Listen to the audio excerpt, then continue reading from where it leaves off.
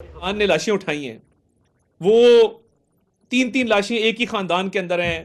میں بھی سمر ہارون کو دیکھتا ہوں جس نے سسر کھو دیا، خاوند کھو دیا.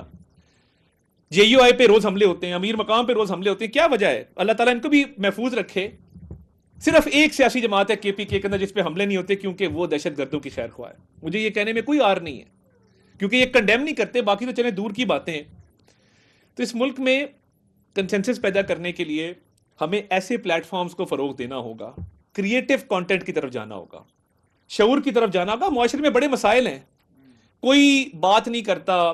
شہباز شریف صاحب نے ابھی چند ہی دنوں پہلے جو میاں نواز شریف صاحب نے ہیلتھ کارڈ شروع کیا 2016 میں، اس کا دوبارہ اجرا کیا ہے اور اس کو دوبارہ بڑھایا ہے. گلگت بلتستان میں، اسلام آباد میں آزاد کشمیر، کوئی بات نہیں کرے گا.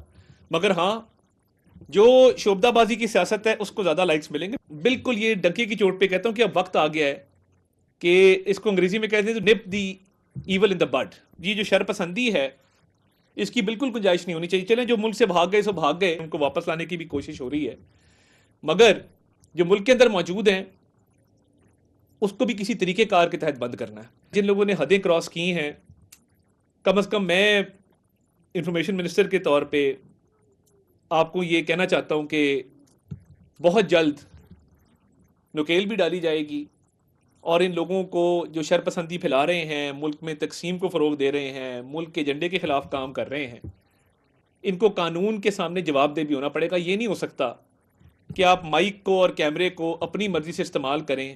اور ایک اور بات میں کرنا چاہتا ہوں، یہ جو لاکھوں ڈالر آ رہے ہیں، ایک تنخواہ دار آدمی جس کی 35,000 روپے تنخواہ ہے وہ تو ٹیکس ادا کرتا ہے. میں بھی ٹیکس ادا کرتا ہوں، انڈسٹریس بھی کرتا ہے، کاروباری بھی کرتا ہے، تاجر بھی کرتا ہے، تنخواہ دار بھی کرتا ہے. تو یہ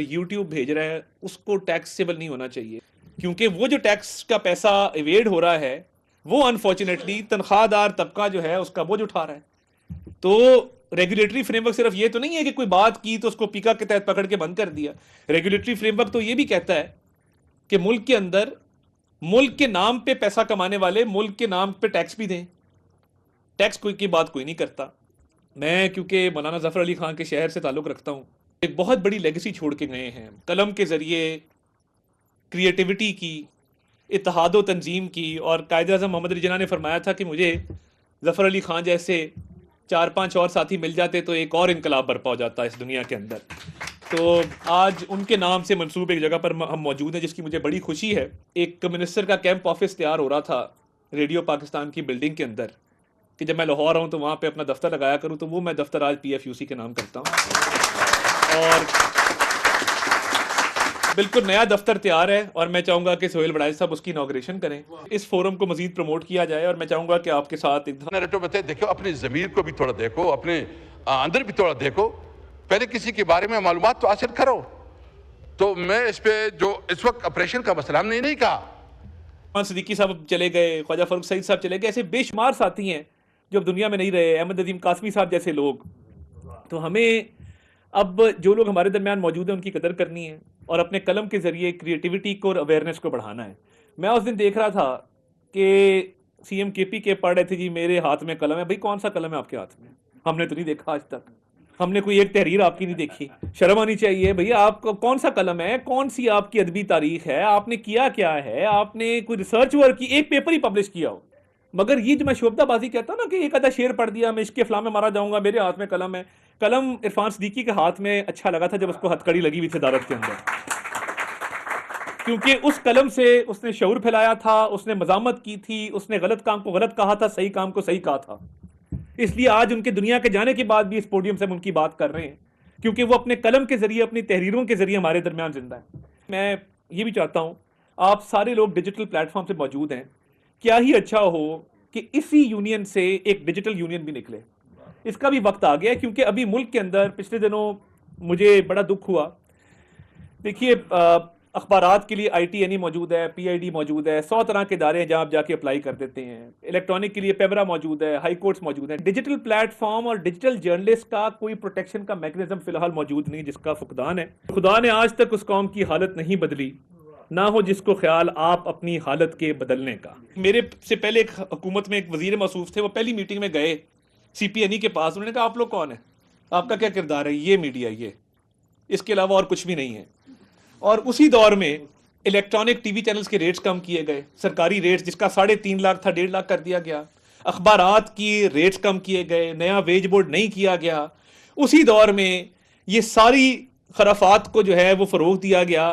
ہم نے آتے ہی پی be a, a P N S, C P N ای کو کہا کہ ہم آپ کے آج کے بعد نمائندے ہیں, آپ کی لڑائی ہر جگہ لڑیں گے, صحافیوں کی لڑائی ہر جگہ لڑیں گے. میرے ہوتے ہوئے کوئی میڈیا کا ادارہ فائنینشلی طور پہ مشکل کا شکار نہیں. آپ کو مالکان جو مرضی کہتے رہیں, میں دعوے سے آپ کو کہتا ہوں, میں نے پہلے ایک ہفتے کے اندر 1.5 ارب کی پچھلی پینڈنگز کی. آتے یہ پہلا ہفتہ تھا میرا وزارت کا, مگر ہم نے ایک بات ان سب کو کہی ہے, وہ اے پی این ایس ہو یا پی بی ہو, کہ خدا را جب آپ کو پیمنٹ آتی ہے اس کو مشروط رکھیں اپنے جرنلسٹ, اپنے رپورٹر, اپنے ورکر کی تنخواہ کے. تو میں لاسٹ ٹائم میں نے یہ اپنے ایک لیڈر کے لیے شیئر پڑھا تھا, اور یہ میں شیئر آج سہیل بڑائچ صاحب کی نظر کر کے اجازت چاہوں گا. کب یاروں کو تسلیم نہیں, کب کوئی عدو انکاری ہے, اس کوئے طلب میں ہم نے بھی دل نظر کیا جہاں واری ہے. جب ساز سلاسل بجتے تھے ہم اپنے لہو میں سجتے تھے, وہ رسم ابھی تک باقی ہے, وہ ریت ابھی تک جاری ہے.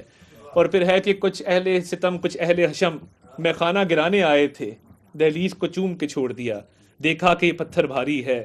زخموں سے بدن گلزار سہی پر ان کے شکستہ تیر گنو, خود ترکش والے کہہ دیں گے یہ بازی کس نے ہاری ہے.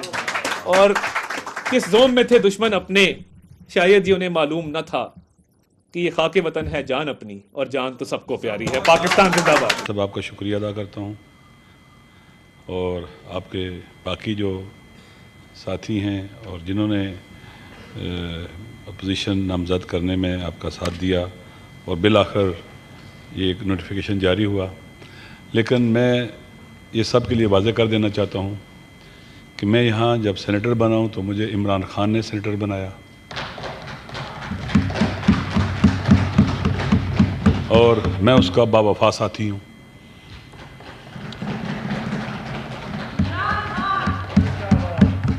میں اس کا باوفا ساتھی ہوں اور کبھی بھی اصولوں پر کمپرومائز کرنے والا نہیں ہوں.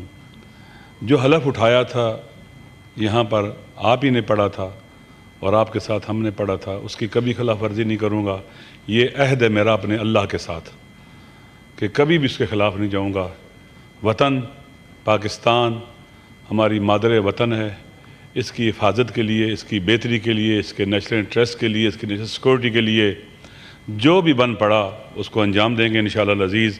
اور اپنے وطن کو ان حالات سے نکالنے میں جتنا بھی خدا نے توفیق دی ہے اس میں اپنا رول ادا کریں گے.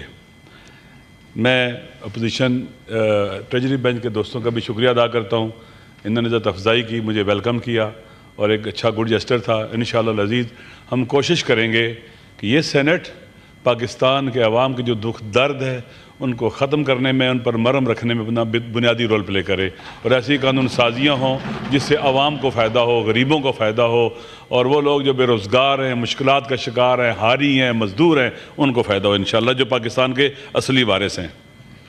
میں انشاءاللہ بعد والے دنوں میں تفصیلی گفتگو کروں گا. ابھی 2-4 باتیں کہنا ضروری سمجھتا ہوں. دیکھیں, اللہ تعالیٰ نے انسانوں کو اس طرح سے پیدا کیا ہے کہ یہ کوئی انسان اکیلا نہیں رہ سکتا, ایک دوسرے کے ساتھ رابطے میں رہنا ہے, تعلق میں رہنا ہے. اسی بنیاد پر ایک فیملی بنتی ہے, اسی بنیاد پر ایک قوم اور قبیلہ بنتا ہے, دیہات بنتا ہے, شہر بنتا ہے, ٹاؤن بنتا ہے, صوبے بنتے ہیں, سوسائٹی اور معاشرہ بنتا ہے. ایک فیملی بھی ہو, ایک گھر بھی ہو, بغیر قانون کے نہیں چل سکتا. بالآخر وہاں ایک بڑا ہوتا ہے, اس کے پاس اختیارات ہوتے ہیں, اس کی بات اگر نہ مانی جائے, نہ سنی جائے تو پھر بڑا ہونے کا مطلب ہی ختم ہو جاتا ہے. تو دنیا نہیں کیا. ہم ہمیشہ کہتے ہیں کہ دہشت گردی ایک لعنت ہے, ایک ناسور ہے, اور ہم دہشت گردی کا مکمل خاتمہ چاہتے ہیں. میں موصی منسٹر صاحب نے تو بڑی لمبی تقریر بھی کی, میں صرف ایک بات پوچھنا چاہتا ہوں کہ ہم نے خیبر پختونخوا اسمبلی میں جو وہاں کی سپیکر ہے انہوں نے ایک قومی جرگہ منعقد کروایا. اس جرگے میں ان کی اپنی پارٹی کی جتنی لیڈرشپ تھی اس صوبے کی وہ موجود تھی. جو ان کے پارٹنرز ہیں پیپل پارٹی, اے این پی, وہ ساری اس جرگے میں موجود تھی. میں صرف یہ پوچھنا چاہتا ہوں کہ وہ ریزولوشن، وہ اعلامیہ